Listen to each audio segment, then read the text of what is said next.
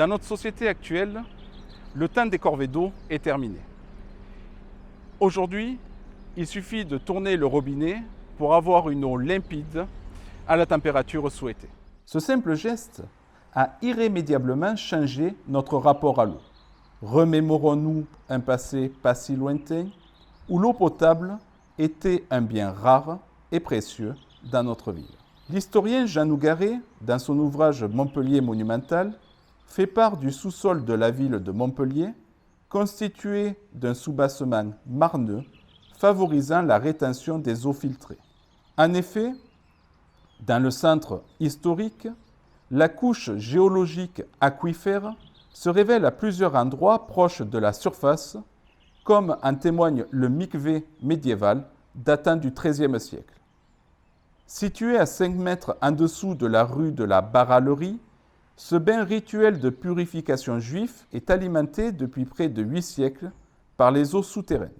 Autre exemple, attestant la proximité de la nappe phréatique, celui du site de l'ancienne église Sainte-Anne, reconverti en espace culturel.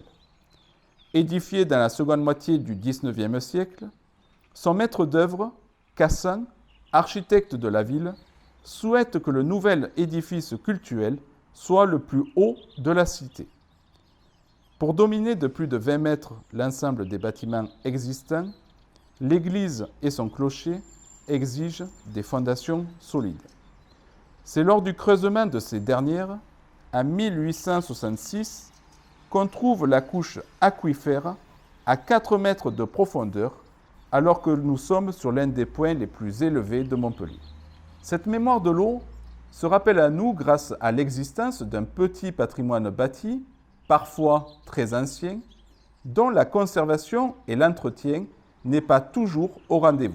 C'est ainsi qu'avant la mise en service dans la seconde moitié du XVIIIe siècle du château d'eau du Pérou, l'approvisionnement de Montpellier repose sur des fontaines extramuros et sur une multitude de puits intramuros. Le puits le plus célèbre de Montpellier est probablement celui dit de Saint-Roch.